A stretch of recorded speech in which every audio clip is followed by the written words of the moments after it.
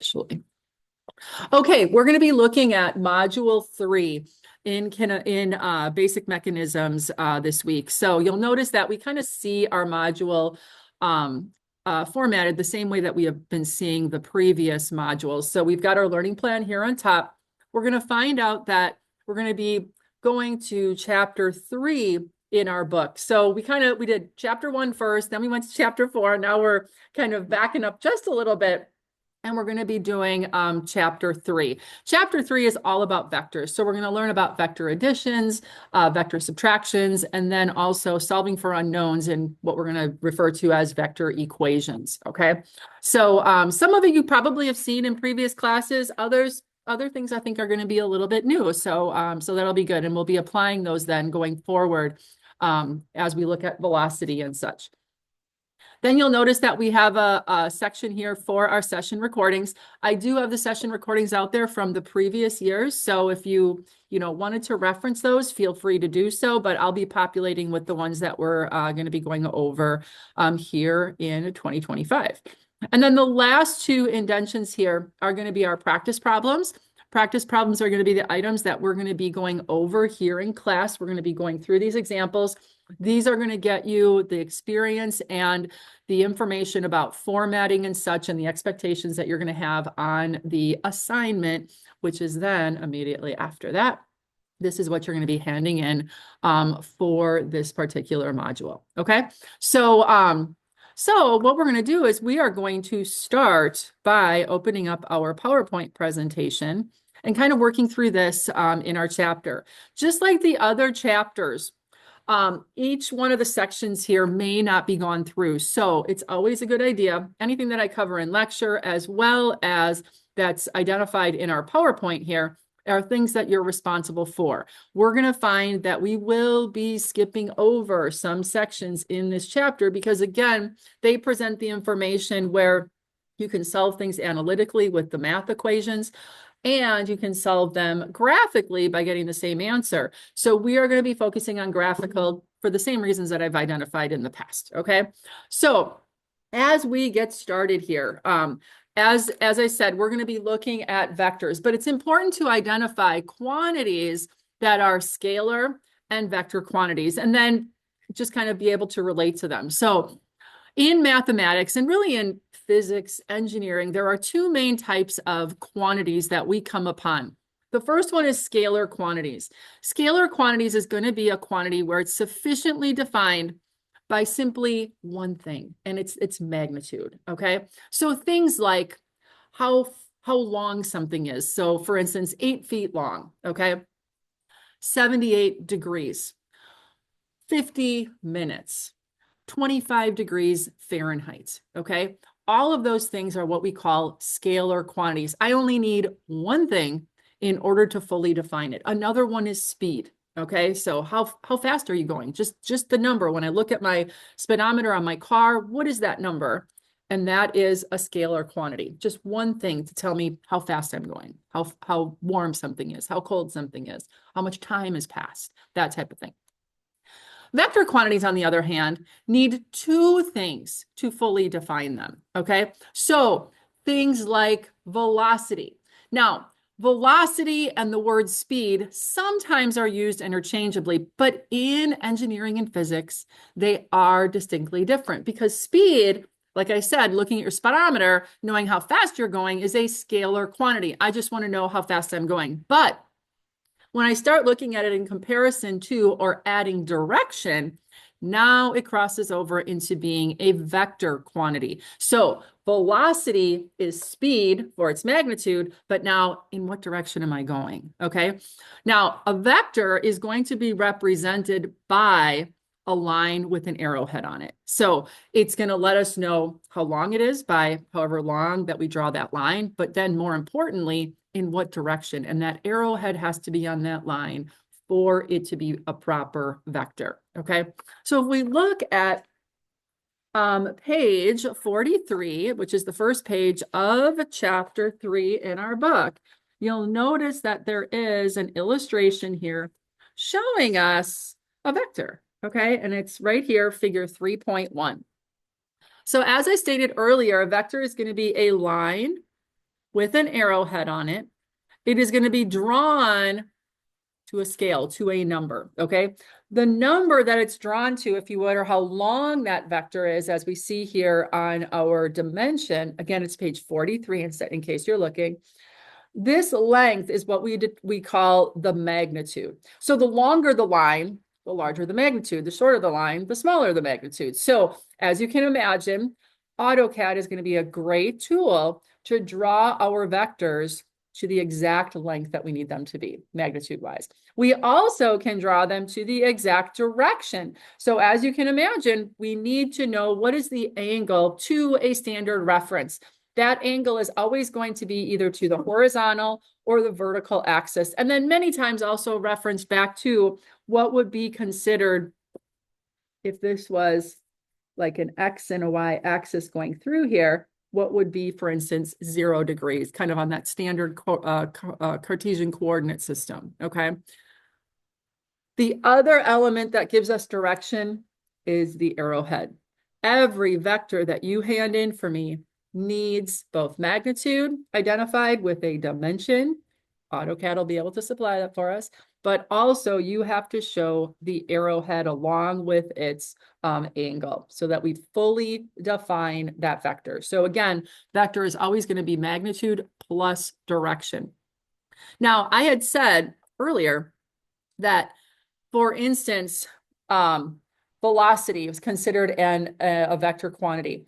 So is distance when we add to it which direction we're going in. So if we look at a map, for instance, and we look at maybe the distance that a highway is, by adding going north or south or east or west, now changes that direction into a vector, okay? Additionally, acceleration is a vector. So I'm not sure exactly where, off the top of my head, I don't know exactly where physics is in the mechanical design program. Have you guys had it yet? Okay, so you remember some of this stuff, right? This is an application of physics. So, acceleration is also a vector quantity because acceleration is how fast is velocity changing. And if I'm speeding up or slowing down, that gives me direction. Okay, so vector quantities, velocity, acceleration are going to be the ones that we see most often here in engineering applications. So drawing vectors to scale. So we're, as I just stated earlier from that figure 3.1, the length of it is going to represent its magnitude. So for instance, if I have a vector that I want to draw, and I'm saying it's 65 miles per hour going north, okay? That means that I'm going to draw my vector at 65 units long. That's its magnitude. And then the direction is going to be its arrowhead, and then showing it in a direction that would go in that northerly, direction, if you would, okay? When we're dealing with vectors on our computer screens or here in our class, it's going to be in reference to the Cartesian coordinate system. So add a 30-degree angle, add a 65-degree angle, counterclockwise, clockwise, and we'll talk about that, okay? And how we would represent that in CAD. So the CAD skills that are required for graphical vector analysis are going to be the following, and you have all of these skills. Drawing lines to a specific length and angle, inserting lines, whether they're perpendicular or parallel to maybe existing lines that are there, extending existing lines, trimming them, drawing arcs, locating the intersection of lines and or arcs, measuring those distances, and then also measuring any included angles between two lines, okay?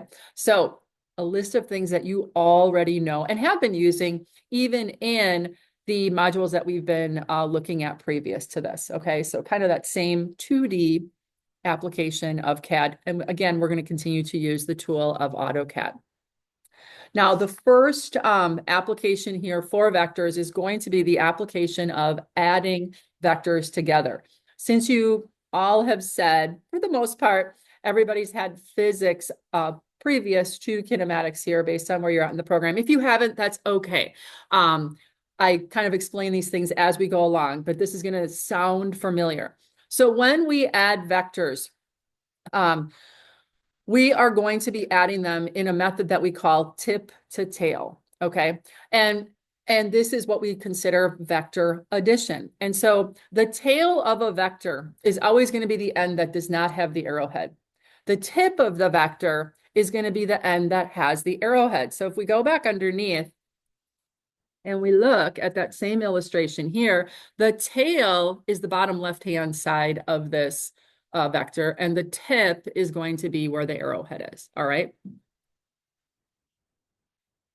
Now, this method, what happens is the tail of that first vector is going to be designated at the origin, okay? So it'll make a little bit more sense when we look at vector equations, but the origin is where we start our addition, okay? I also like to say that the origin is going to be the equal sign of our vector equation. So down here at the bottom, we have a vector equation where R, considered the resultant, talk about resultant in a bit, is equal to, and we're saying vector A plus B plus C. So just like an algebraic equation, vector equations look similar, but not exactly the same, okay? It does have an equal sign, and it does have two sides. So that equal sign is our origin. We're going to come to find out, okay? So wherever that equal sign is, that's going to like be where we start on either the left or the right side of that equation. Now, once we place our first vector at the origin, its tail at the origin, we then take the second vector and we're going to relocate it in its same orientation, and we're going to place its tail at the tip of the first vector, okay? And then we continue to do that with any additional vectors that we might have. So we can add 2 vectors together, or we can add 8 vectors together, or however many vectors that there are, okay? So we can continue to add them, as we said, tip to tail. Never tip to tip or tail to tail. It's always tip to tail, tip to tail, tip to tail. Yes? I'm noticing that in the equation, we see that greater than symbol. Yep. I've never seen that in a vector. Yep. So Aiden said, I noticed there's a greater than symbol. Give me just a second and we'll get there. So the next thing that we see here is resultant, okay? Now a resultant is going to be the one vector, the resulting vector of the combination of a series of vectors effect on a point or a body, okay? So for instance, if we had 2 vectors, one was going up and to the right, the next one was going up and to the right, but maybe at a different angle, we would expect the final resultant to have that same net effect on the body, up and to the right some way, somehow, okay? So sometimes it's obvious which way it's gonna like direct that body, and at other times, it might not be so much. You guys did vector additions if you've had statics as well, okay? You probably did them graphically like we see here too. Okay, so it's another place where you probably would have gotten it. And also that verbiage of resultant, right? Resultant is the one force that will replace however many forces we have, but have the same net effect on the body. Whether it's 5 separate forces, that one force is going to replace it, okay? Now, as we look at the vector equation here, Aiden said, I never saw the greater than symbol. So a couple ways that we can show that something is a vector equation. And it's important to identify if it's a vector equation, because even though these quantities have magnitudes, they do not add algebraically, okay, because of the direction part of this, okay? So for instance, I'm just going to go underneath our camera here. I can show a vector equation. For instance, R, resultant, is going to be equal to A plus B plus C. This would be a typical algebraic looking equation. But if I'm a vector equation, I need to make it look different, okay? So a very common way to do that is to draw an arrowhead above each one of those quantities. You may have seen that before, okay? Now, when we're typing in our book, or even when we're typing in CAD, there isn't a symbol, on the keyboard that can do that for us. So what the book does, and what you see, and it's an accepted way of showing this as well, is instead of just showing the addition sign here, immediately in back of it, we show that greater than sign. So now this becomes a vector addition. Okay, does that make sense to everybody? So it's just a way of typing it in and not having to put the arrowhead above. Okay. Now, if you're hand doing it and you want to put the arrowhead above and you're like, that's the way I like it, that's the way that I know how to do it, go right ahead. Or if you're in CAD, you could draw those symbols above each one of the letters. But if you're like, this looks good to me, you just cannot show it as A plus B plus C. You would have to show it with the greater than symbol or drawing the symbol above each one of the quantities. Does that make sense to everybody? Okay, so one of those ways. You will be adding vector equations to the things that you hand in. So, so one of those two methods is what you'll be able to use. Okay. The other thing that we see down here in this example here, you're going to notice that R is equal to, when we start referencing different vectors, okay, different vectors, the order of which we add the vectors will have no net effect on the body, okay, in the end, or on the resultant. So whether I add my vectors A, B, C, or if I take those same vectors and say C, B, A, and add them in that order, or if I do B, A, C, all of them will net the very same result in the end for that resultant because they'll have the same net effect. It's the same vectors. All we're doing is adding them in a different order, just like algebra. No matter what order I add my variables in, I'm still going to get the same result in the end, or the same solution. Okay, so the same thing here is in effect. So we're going to find some of those familiar algebraic relationships along the way. Example 3.5. So we're going to be moving kind of further through again, because we're skipping over the analytical parts of these and we're doing the graphicals only. Our first example that we're going to look at, which is also part of our practice problems, is going to be example 3.5. This is found on page 35 in your book. I'm sorry, 39. Oh my goodness, it's found on page 49 in our book. Okay. All right, so I'm going to go underneath here and we're going to look at our problem statement. Okay. So example 3.5.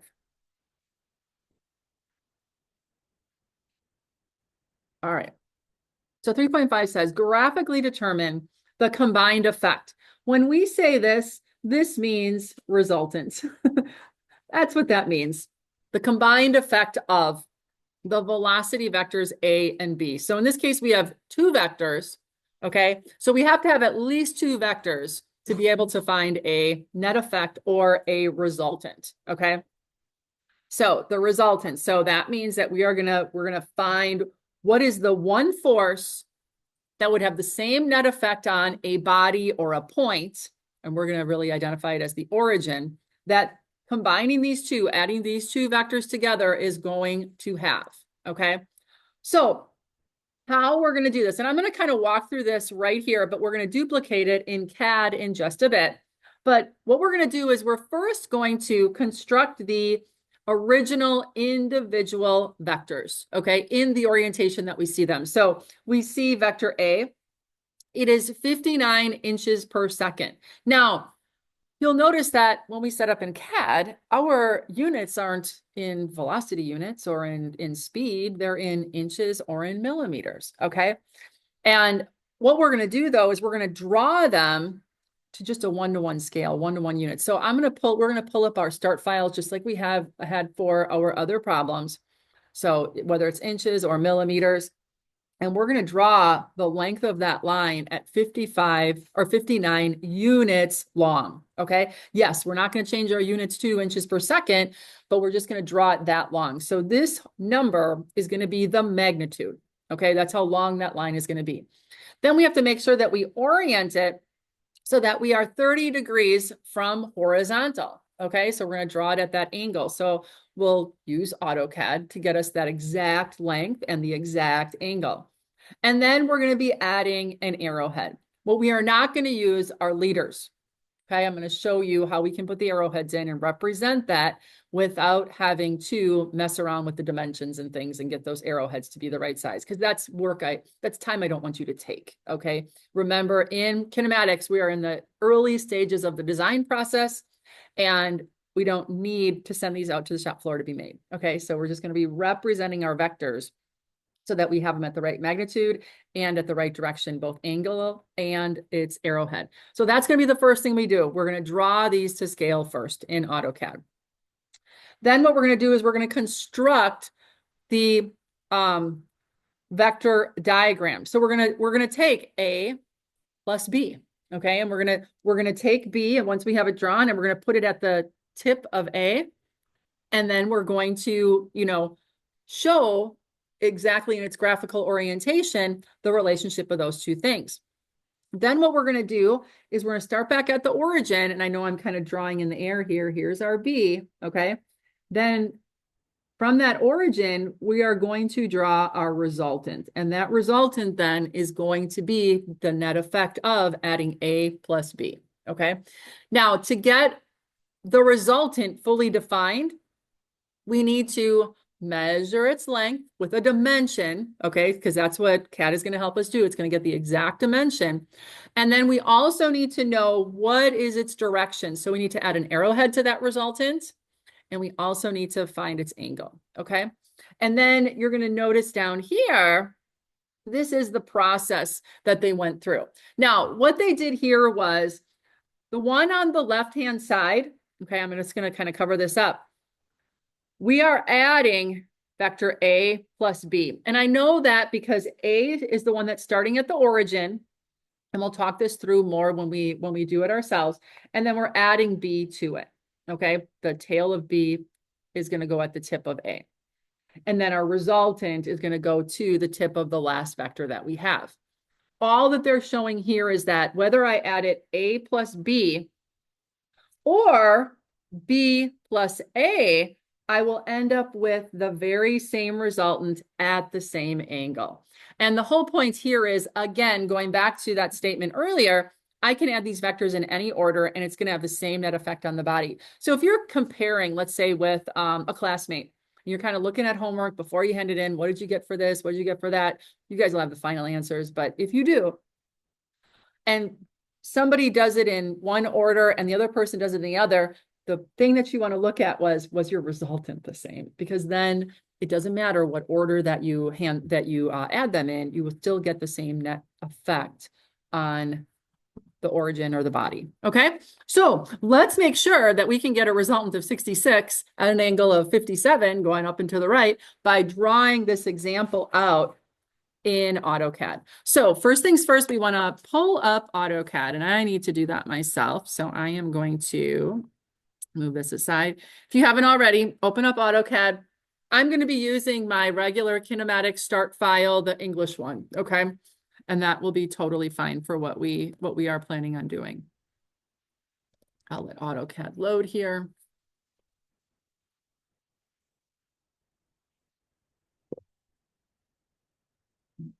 Open. And I'll do my kinematic start 2025. Oh, yeah, that's right. I accidentally saved over the top of it. So let me do an open. And I'll do my 2024. That's fine. Okay.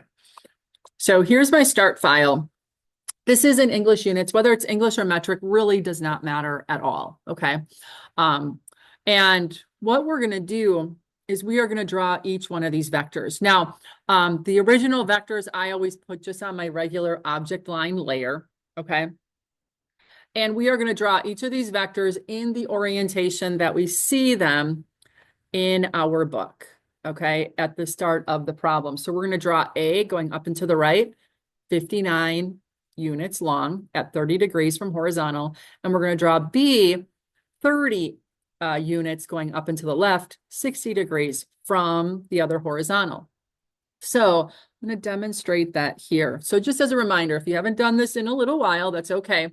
We're going to start our line command, and I'm simply going to left click. I'm going to turn my ortho off, put my line width on. And I know that this is going to go up and to the right. Now there's a couple things we can do. This happens to be at 30-degree increments. I have 30 degrees, I have 60 degrees. So I could set my object snap setting, and I could go to polar tracking, turn it on, and do an increment, let's say, of every 10 degrees, okay? And what would happen if I do that, if you remember, it clicks in every 10 degrees as I go around, okay? It'll kind of go in between, but then it'll click in, all right? So that's snapping to that. So if I find where my 30 degrees is on that line, I can put it there, and then I just need to draw it at 59 units long. Okay, so that's one way to accomplish that. Don't draw it at 5.9. Draw it the actual length of the units. The line is going to be long. That's okay. Don't worry about that, but that's fine. The other way that we can enter this in is we can actually put it in as, a relative coordinate, meaning right now I have 4.9, or I have 59, right? 59.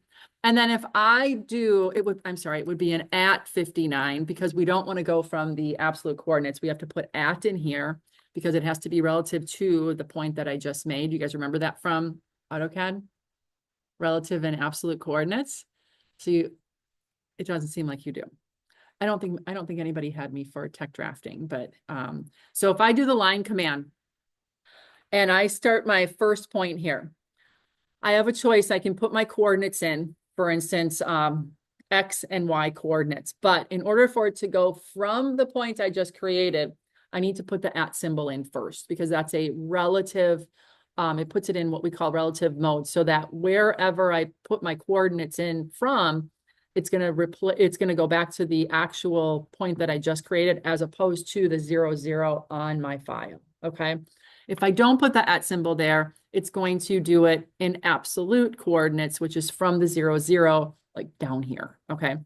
So I need to add the at symbol first, and I'm going to put in 59. And then if I hit tab, it goes right to entering in an angle. So the tab is how you get your angle in, and you go to 30, enter, and now it just drew it at 59 units long. Now it's off my screen because it's kind of long, right? So if I do zoom extents, there we go. This is the length of my line, okay? So you want to do it to the actual length. So yes, it's going to be pretty long because it's 59 in this case, 59 inches long if you would. So I'm going to do it one more time. Now, are there other ways that you can do it? Let's see. Yes. For instance, you could draw a horizontal line, 59 long, okay? And then you could rotate it if you wanted to. So you could select this and you could rotate it 30 degrees, okay? That's another way, just a couple extra clicks, but you really get the same result. So this is my first line. This is the magnitude of 59 at 30 degrees from horizontal. I need to add two things to this. I need to add a label and I need to add an arrowhead. My arrowhead is just going to be very simple. 2 lines, crude lines, line and a line showing going up and to the left. I'm sorry, up and to the right. Okay, that's my arrowhead. Don't mess around with leaders. Okay, that's another way you can get an arrowhead on the end of a line, but you're going to have to play around with dimension scales and all that kind of stuff to get it to work out. Again, time that is not needed because all we need to do is show it's going up and to the right, not down and to the left. Doesn't matter how bad. No. Well, the length of your line needs to be exact. The arrows are just here. As long as I can see it proportionally when you are going to be doing a screenshot, I'm good. Does that make sense? Okay. Now we need to label this vector. Okay. I need to know that that's A. So as you recall, you have A, B, C's, and D's down here, right, in our start file. So all I'm going to do is I'm going to copy A and I'm going to put it next to my line right there. Now, unfortunately, A is really small compared to the line. So I can imagine when I need to make my screenshot, it is not going to be able to be seen. Okay. So what I'm going to do here is I'm going to scale it. I'm going to click on scale here in modify. As part of my ribbon, I'm going to select the A, hit enter. And now I need a base position. I'm going to put the base position right by that A, and I'm just going to move out. And I'm going to say, that's about big enough. Okay. And that's how you scale A. Does that make sense to everybody? Okay. So that's my A. I'm going to do that very same thing. Okay. But now I'm going to do it to B. This time B is at 60 degrees from 180 degrees on the other side, okay? So let's see how we would draw this one. So I'm still on my object line. I'm going to start a line over here on the left-hand side. Now, you're going to notice that I'm going to draw this, how many units long? 30 units long. So I need to do the @ symbol, 30, tab. Now, this angle comes from 0 degrees on the Cartesian coordinate system. And when we are going in, for instance, this is 0 degrees, okay? And I want this to come in at 60 degrees from 180, right? My angle that I'm going to enter is going to be from 0 to here. So I need to know what this value is, okay? So if this is 180 and this is 60, what is this angle right here? 100 and what? Yes, 120 degrees, right? Now, I also want you to know that anything going in a counterclockwise direction is positive. Anything going in a clockwise direction is negative. So from our 0 degrees here, we're going to put this in at 30.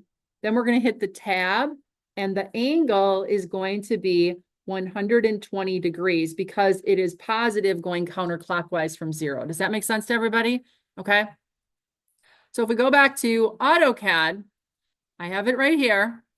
So I need to put this in at, oh no, I'm going to start over because I went back and forth. So my first line at 30, tab, and I'm going to be going 120, enter. So that is going to be the endpoint of my vector. Now, I'm going to just go right here for my first arrowhead, and then here for my second arrowhead. And then because I have my A scaled up to the proper value that seems to make sense, I'm simply going to copy my A over to here and just rename it as B.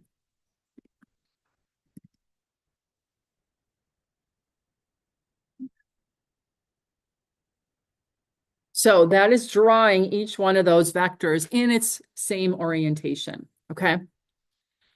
Now, we are going to add these two vectors together to find the resultant. So before we move these around, let's put our vector equation in place here, because that's going to identify then the order for which we're going to add these vectors, okay? So I'm going to copy, I already have A for the right scale, so I'm going to put that up here. And I'm going to double click on it. And this is going to be R, capital R, that's our resultant, is equal to A plus, now we need to use the greater than symbol, vectorially B. Oopsie. B. Okay. So the resultant is equal to A plus vectorially B. All right. I can go outside of here, and I'm just going to move this so that it's up a little bit higher here. Okay. And I can always move it around if I need to. So now what I want to do is I need to determine what the combined effect or the resultant is by combining A plus B. So as we stated earlier, when we add two vectors together or more vectors, we add them tip to tail. Okay. So remember, the tail is the side of the vector that does not have the arrowhead, and the tip is going to be where the arrowhead is. Now, you'll notice that my resultant is going to be added in the order of A plus B. So A is my first vector. The tail of the first vector is going to be it's going to start at the origin. So I need to identify an origin. I simply identify an origin kind of looking like a crosshairs, right? So I'm going to draw a vertical line here, horizontal, and a vertical. And I just want it large enough so that I can recognize it with my vectors, okay? You don't want to make it too small. You don't want to make it too big, okay? You just want to show it as an origin. You have to have the origin on all of your graphical solutions for vector equations, okay? Now, as I stated, Garrett, no, it can be on the white layer. That's fine. If you want to put the origin on a different layer, go right ahead. That's totally fine. Okay. But I'm not making you do that. This is totally fine to put it on the same layer as the object line layer. Now, as I stated earlier, the origin is our equal sign. Okay. So think of the origin in our equation as the equal sign. So if I look at the right-hand side of my equation, I know the most information, meaning I know both magnitude and direction for A. I know both magnitude and direction for B. Okay. It's like completely known on the right-hand side. I know nothing about the resultant, right? So I can't do anything about the resultant. So that means that when I am on my equal sign, the very first thing that I'm going to put is whatever is next, and that is A. So that's why we put A in first. Does that make sense to everybody? So the equal sign is the origin. I put A in next, okay? Then at the tip of A, I'm going to place B, and I'm going to place B's tail at the tip of A. So I'm simply going to do the move command. I'm going to select the B vector and its label, hit enter, and I'm going to have its base position is going to be the tail of B, and I'm going to move it to the tip of A. Notice it moved in its very same orientation. Okay, so once I have it drawn originally, I just have to move it where it needs to go. Now, if I look at the right-hand side of the equation, this exhausts everything on the right-hand side, right? I've got A in place, I've got B in place.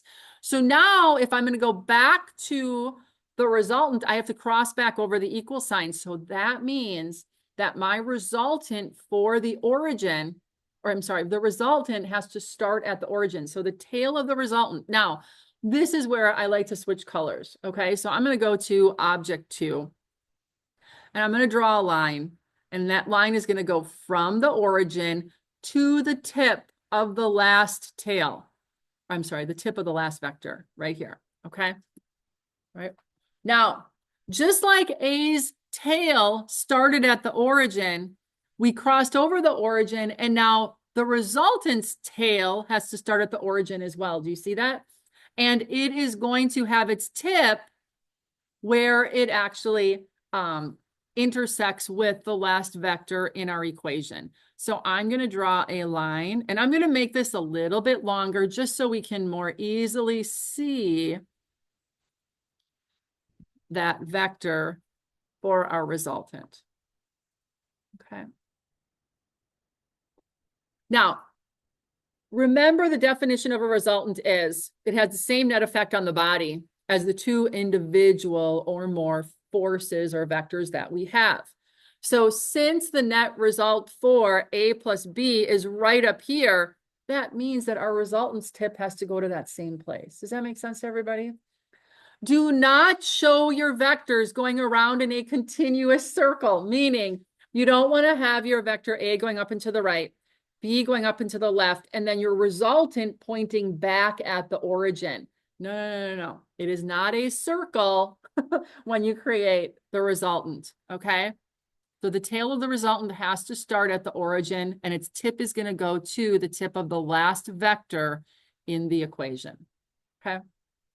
Now we need to finish up and fully define our vector. Remember, every vector is fully defined by two quantities, magnitude and direction.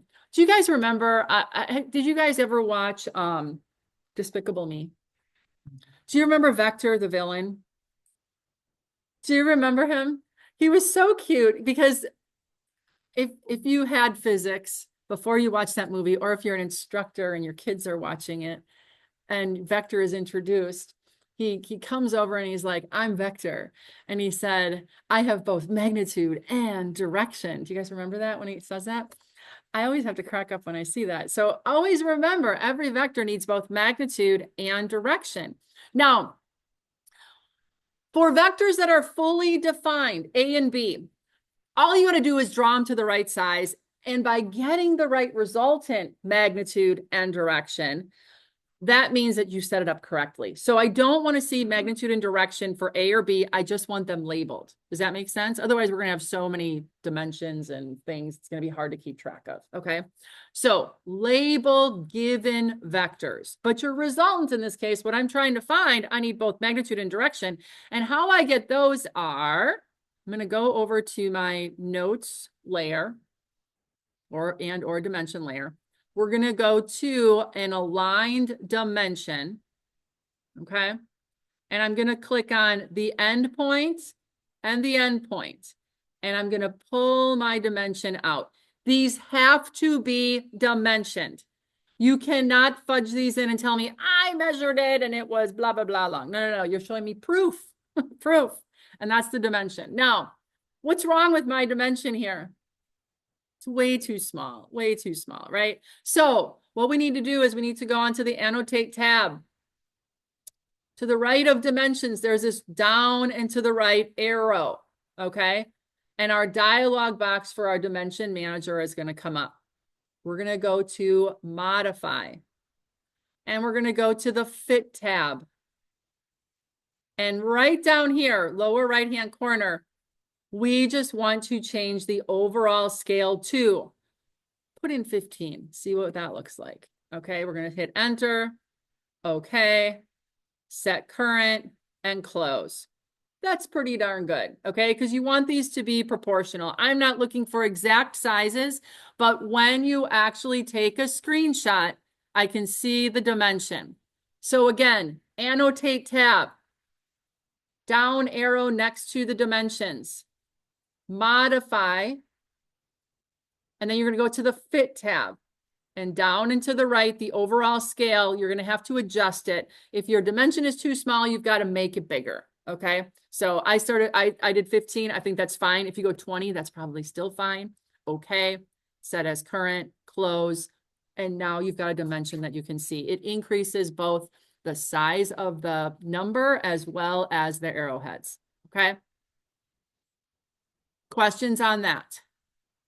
Now, I also need to add the direction as far as the angle that it's at, because I need that fully define it. We need both magnitude and direction. Yes, the direction is set by the up and to the right, but what is the actual angle that it's at? So here again, I'm going to go back to my home. I'm going to arrow down. I'm going to go to an angle dimension. Now, if you have your origin in place, you already have a horizontal line. So I'm going to take that horizontal line, which would be from the origin, and then I'm going to click on my resultant, and I'm going to pull this out so that it is not crossing over anything, so that I can see that the resultant's angle is 57 degrees. Okay. I believe to the, to the nearest degree is totally fine.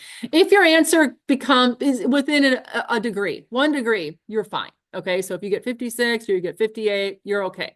But once you start getting larger than that, then something in there probably wasn't quite right, because again, we're using CAD. You should be pretty darn close. All right. Lastly, we need to label that vector.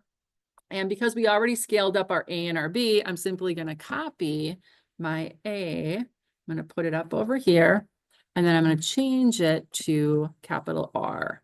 Okay, because my vector equation is R resultant is equal to A plus B. So in my vector diagram, I should see an R, an A, and a B. Okay. Now, again, the only dimensions you need to add are whatever you're determining your solution for. In this case, we need to find what is the resultant's magnitude and direction. Its magnitude is going to be the length of the vector, and its direction is going to be the angle and the arrowhead. Each one of your vectors has to have an arrowhead. Vectors are not lines. They're lines with arrowheads, okay? If everybody hands in their assignment by the end of the 7-day grace period and all of the vectors have arrowheads on them, I will bring donuts or something, a treat of some sort, okay? This is yes, bribing. This was my whole parenting skill.